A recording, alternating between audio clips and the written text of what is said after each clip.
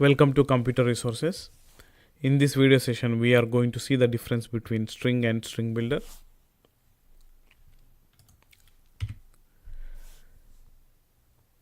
A string is in the string instance is immutable in the sense that once a string is defined, it cannot be changed without creating a new instance.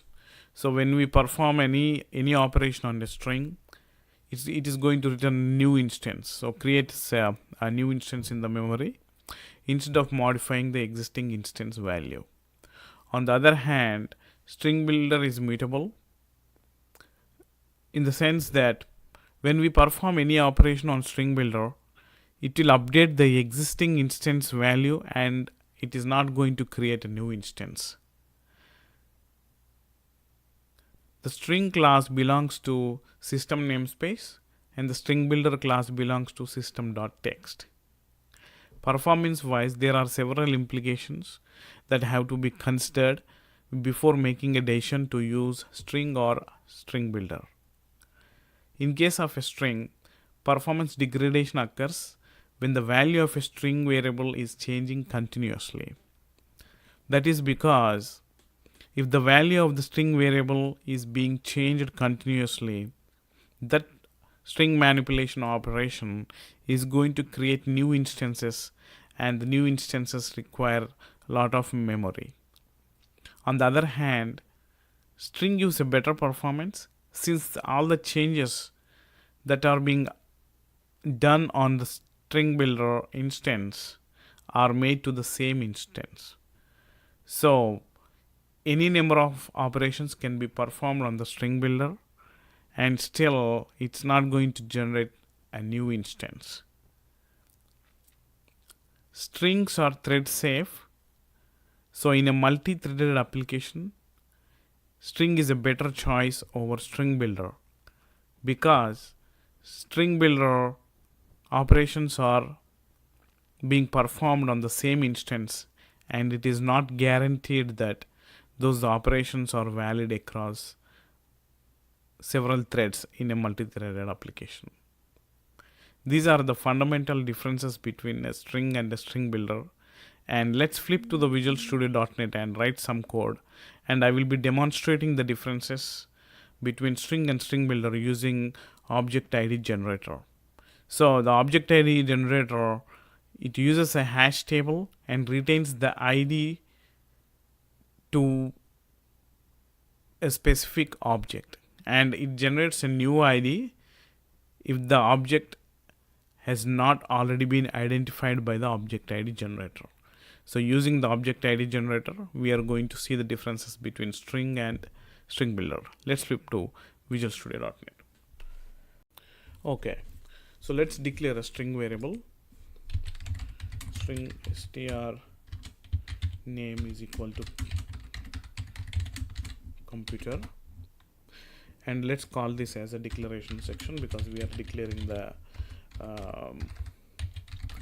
string variable, a variable of type string. So as soon as this piece of code gets executed, there is going to be a new instance of string that will be created and memory will be allocated. And let's do two modification operations here. So I'm adding some comments as I go. Modification 1 and modification 2, and I'm going to assign the same variable plus I'm going to add a space in between computer and resources and resources here.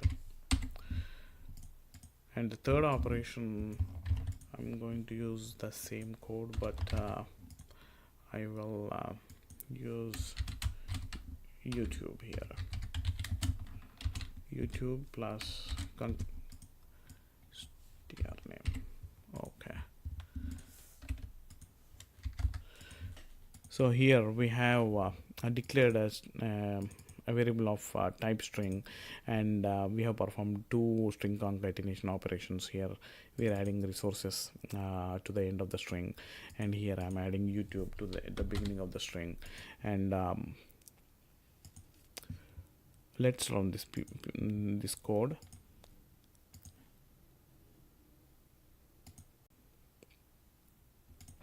So the value of the variable str name is now computer, and I am modifying the str name by adding resources to it. Computer resources, and then I'm going to modify the str name by adding one more string value, YouTube. Finally, we have YouTube computer resources, and you can see this value is the same across all the places for the variable str name. That is because we are manipulating the string variable and assigning it to the same string variable. But in fact, there are 3 new instances that have been created after executing this code. So I'm going to start the debugging now, and I will show you how we can validate that there are in fact 3 instances have been created, and we are going to use ObjectIDGenerator to demonstrate that. ObjectIDGenerator, idgen is equal to new ObjectIDGenerator. So the ObjectIDGenerator has a method getID, and it outputs a parameter, a boolean parameter, that indicates whether the instance is new or not. So boolean is instance new, naming it as is instance new, and the getID method on ObjectIDGenerator class will also return an object ID.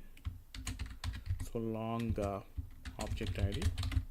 I will use this as a placeholder to hold the object ID value. So here object ID is equal to idgen dot get ID, and I will pass, and the get ID method actually takes 2 parameters, one of type object and the other of type boolean, and it's an output parameter.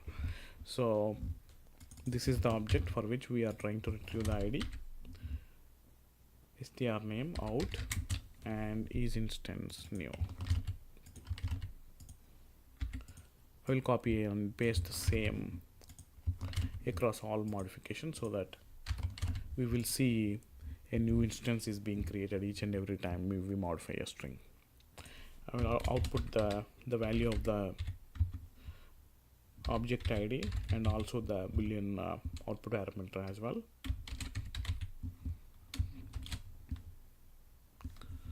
Object ID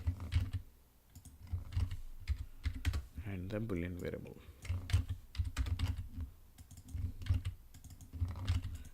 I'm copying it through because it's the same piece of code that we are using. So copy paste and copy paste. Okay. I'm removing the breakpoint and console dot read key so that we can see the output on the console window.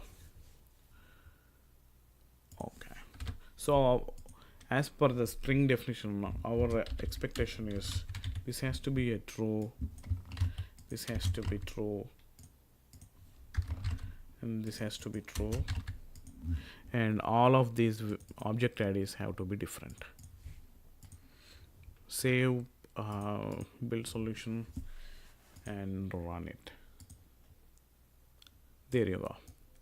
So we have, for the declaration section, we have the allocated object ID as 1, and the output parameter is true because we have created a new instance, and for the modification 1 section we have object ID as 2 and object ID as 3 for the modification section 2, and all trues all the way. So that matches our expected output, and this would basically validate that any operation on string instance is going to create a new string instance. Now let's stop debugging and validate the same for string builder. So instead of a string, we are going to use a string builder. String builder is equal to new string builder.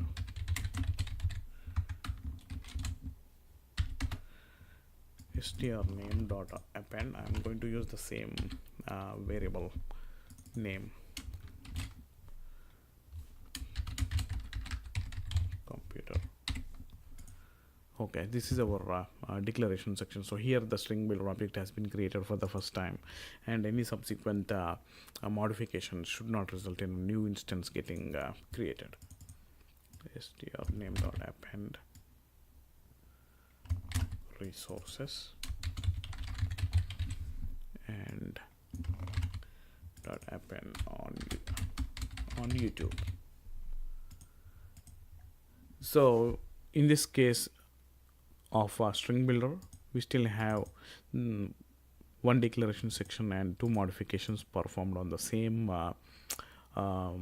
string builder instance, but our expectations are different. Here we are expecting it to have a value of false, and here also, and the object IDs have to be the same throughout. Save this, build solution, and debug it. There you go.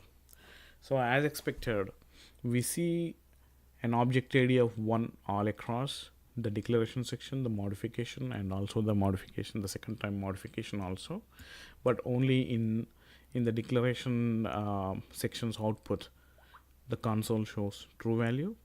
For subsequent modification 1 and 2, it is false. So this basically confirms that string builder in fact does not create new instances when modification operations or any kind of operations are performed on string builder, but the string does.